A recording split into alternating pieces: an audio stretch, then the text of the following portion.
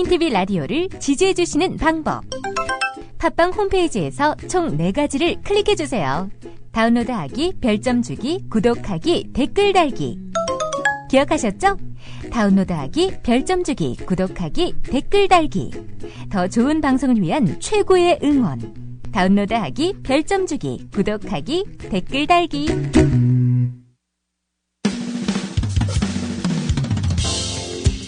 지금 여러분께서는 YTN 해직기자 노정면이 진행하는 국민TV 라디오 노정면의 뉴스바를 듣고 계십니다. 기업의 돈벌이를 도와주는 홍보기사, 부질없는 대박의 희망을 부추기는 기사, 재테크란 이름으로 돈에 열광하게 하는 기사. 우리는 사람보다 돈이 우선인 경제기사의 홍수 속에서 살고 있습니다. 오늘부터 매주 금요일 여러분을 만나게 될 선대인의 대인경제는 사람의 입장에서 경제 정책과 현상을 바라봅니다. 선대인 경제연구소의 선대인 소장께서 이 시간 함께 해주십니다. 자, 선대인 소장을 전화로 연결해 보겠습니다. 선대인 소장님 안녕하십니까? 네, 안녕하세요. 네. 반갑습니다. 네, 반갑습니다. 예. 자, 8.28 대책에 대해서 오늘 얘기를 좀 나눠보죠. 예. 대책 나온 지 한 일주일 정도 지났습니다만. 네. 그 내용에 대한 전반적인 평가 어떻습니까? 네. 정부가 이제 전월세 대책이라고 내놨지 않습니까? 네. 근데 사실 전월세 대책이 아닌 게 이제 이미 드러났죠. 발표문부터가 이제 집값 떠받치기 대책이라는 걸 노골적으로 드러냈었는데요. 그 8.28 대책의 첫 번째 꼭지가 전세 수요를 매매 수요로 전환한다 이렇게 돼 있었거든요. 네. 그러니까 이제 내용도 지금 많이 언론 보도 통해서 알려졌습니다만 빚내서 이제 집 사게 해준다 그런 대책들이 많았고요. 네, 기왕에 전세를 낼 거면 돈 좀 더 보태서 집 사라 이런 내용이죠. 집값이 올라서 서러운데 전세가까지 이렇게 또 올랐고 그래서 안 그래도 사람들 삶이 팍팍한데 네. 또 빚내서 집 사라고 그러니 참 이걸 정부가 내놓을 수 있는 대책인지 처음부터 의심스러웠습니다, 되게. 네. 자, 그 내용 중에 보면은 그 1%대 저리로 네. 대출을 해주는 대신에 수익은 공유하도록 한다. 네. 그러니까 돈을 빌려주는 쪽과 돈을 빌리는 시민이 그 집값이 오르면 그 수익을 나눠 갖는 예, 예. 이런 이른바 그 공유형 모기지 여기에 예. 대한 관심이 좀 높지 않았습니까? 그렇죠. 이제 정부가 내놓은 게 지금 설명하셨듯이 이제 그 수익 공유형 모기지가 네. 있었고요. 또 하나는 손익 공유형 모기지라고 그래서 네. 이거는 수익뿐만 아니라 손해가 날 때 손익까지도 이제 같이 공유하는 그런 식으로 이제 된 모기지 상품도 같이 상품이죠, 사실상. 네. 그래서 그걸 같이 이제 발표를 했거든요.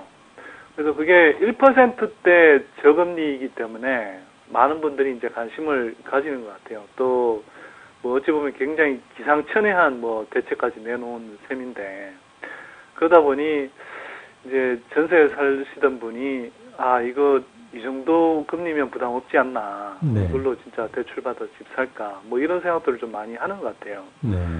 근데 기본적으로는 저는 이렇게 생각합니다. 기본적으로는 원래 집을 사시려던 분이라면 워낙 저금리니까 상대적으로 은행이 이제 다른 4% 가까운 그런 이렇게 주택 대출 금리를 대출 상품을 이용하는 것보다는 이 모기지 금리를 이렇게 이용해서 이렇게 사는 게 좋을 텐데요. 그 집을 살 계획이 없었던 분이 네. 예, 이거 무리하게 빚내서 집 살 생각은 저는 안 하시면 좋겠다. 아무리 네. 저금리라도 빚은 빚이다. 이런 생각을 좀 하시면 좋겠습니다. 예, 특히 이 손익 공유형 같은 경우에는 손해 보았을 경우에도 손해를 빌려주는 쪽도 같이 부담을 한다는 네. 조건으로 네. 70%까지 빌려주겠다 그러더군요. 예, 그건요. 수익 공유형은 70%까지고요. 네. 손익 공유형은 40%까지 이제 지금은 주택 주택 갑자기 생각이 안 나네요. 그러니까 국민주택기금에서 네. 이 돈을 빌려주게 돼 있는데요. 네.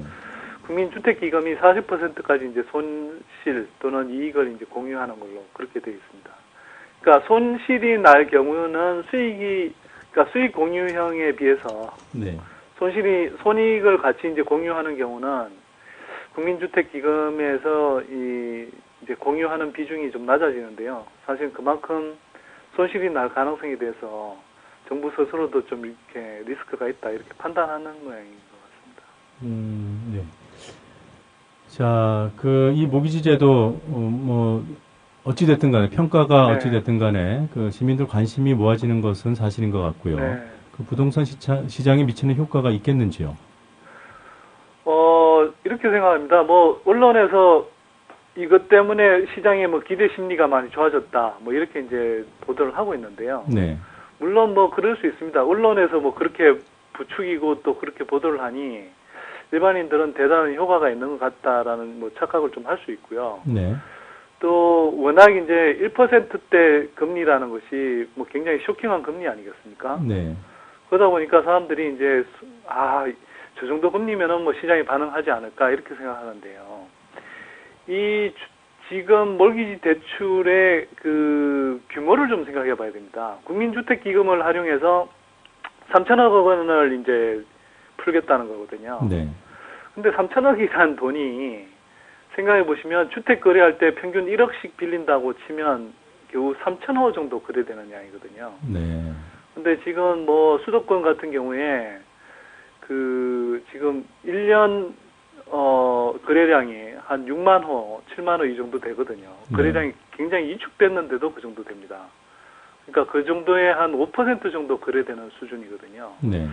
또 한편으로는 4.1 부동산 대책이 나오고 나서 이제 뭐 부동산 시장 들썩인다 그러면서 이렇게 그랬는데 2개월 천하에 그치지 않았습니까, 사실. 네.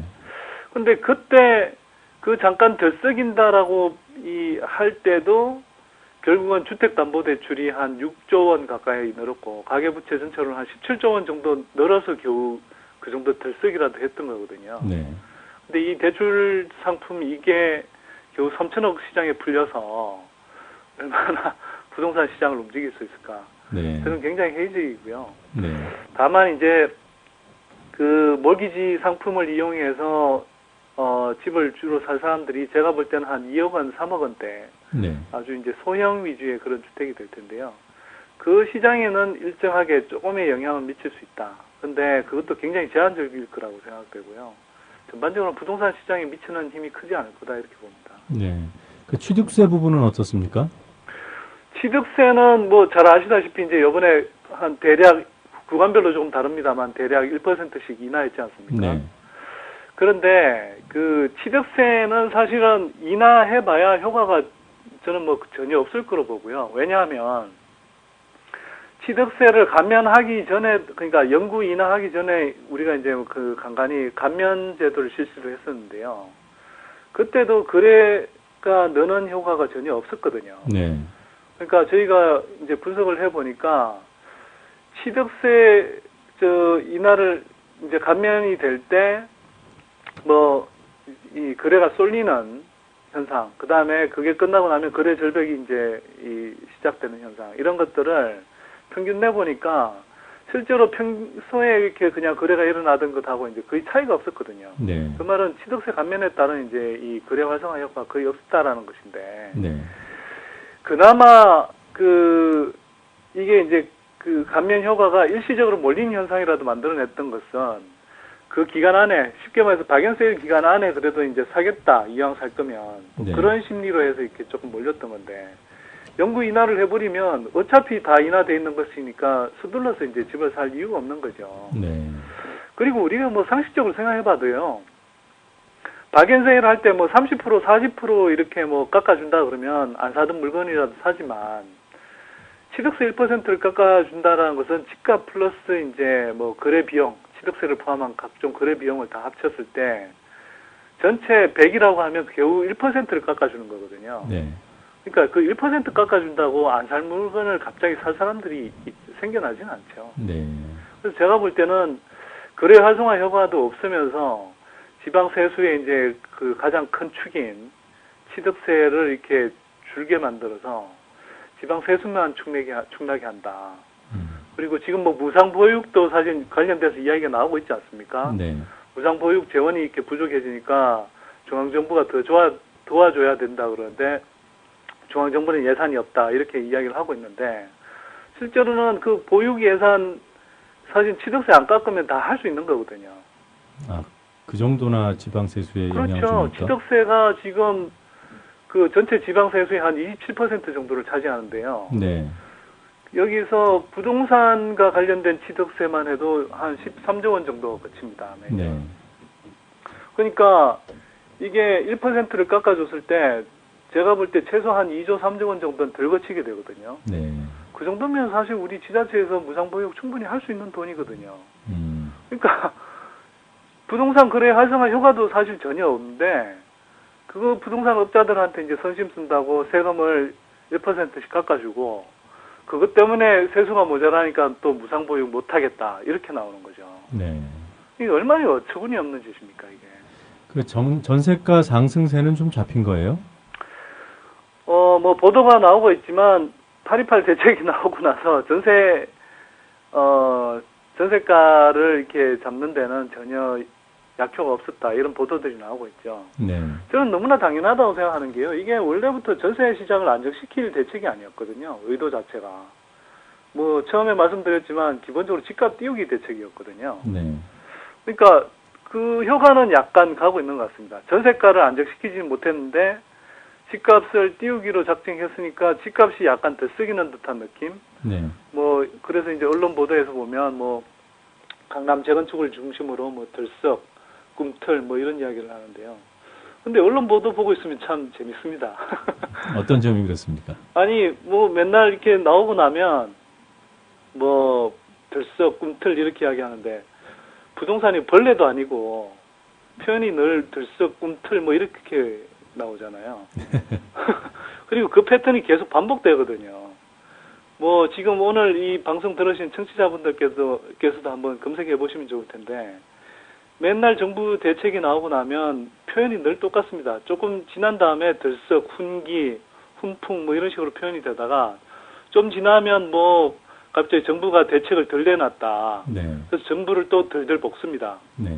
그래서 또는 뭐 정치권에서 뭐 법안 통과를 안 해줘서 비협조했다. 네. 그래서 지금 뭐 부동산 시장이 다시 가라앉고 있다. 이렇게 다 남탓하거든요. 나올 때는 훈풍 들썩 이랬다가. 네. 그러니까 이번에 똑같은 패턴으로 저는 갈 거라고 생각하는데요. 그래서 제발 좀 이런 언론의 선동 보도에 속지 마셨으면 좋겠습니다. 그럼 조금 있다가 얼마 안 있다가 언론에서 이제 정부를 들들 볶는 기사가 나오겠군요.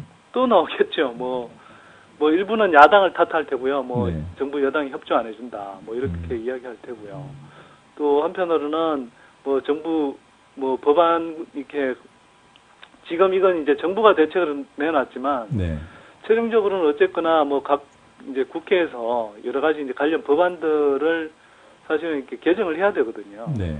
그러니까 그 개정이 이제 제때 안 이루어진다. 그리고 뭐 그걸 핑계로 해서 이제 부동산 가격이 부동산 시장이 가라앉으면 법안 통과를 안 시켜줘서 그렇다. 또 정치권이 뭐 할 일을 안 해서 그렇다. 이런 식으로 이제 또 들들 뭐 볶겠죠. 네.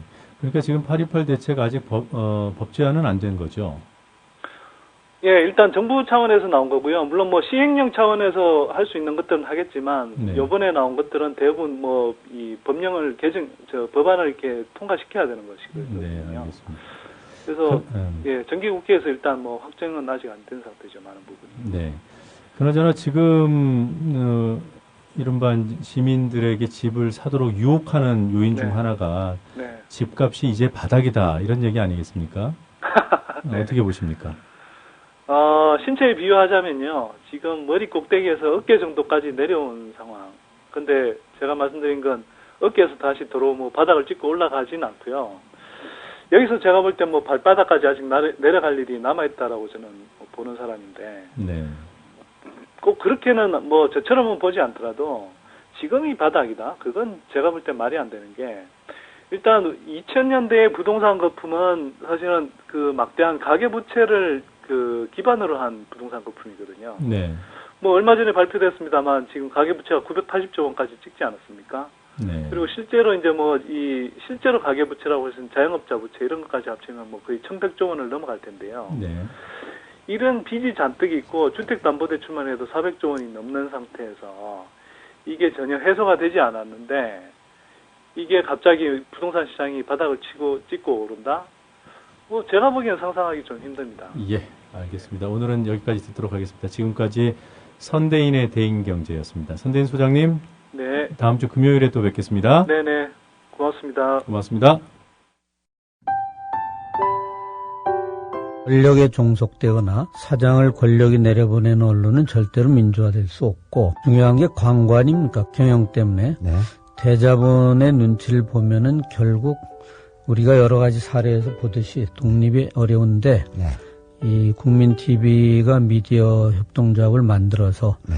정말 십시일반으로 네. 권력이나 대자본에 의존하지 않으면 앞으로 대한 언론이 아니라 어느 날에는 주류 언론으로 발전하지 않을까를 기대합니다. 동아일보 해직 언론인의 모임인 동아자유언론 투쟁위원회 김종철 위원장의 말입니다. 미디어 협동조합은 동아투이 선배들의 못다 이룬 꿈을 실현하겠습니다. 조합원이 돼서 힘을 실어주십시오. 포털 사이트에서 미디어 협동조합 국민TV를 입력하시고 홈페이지에 들어오셔서 조합원으로 가입해 주시면 됩니다.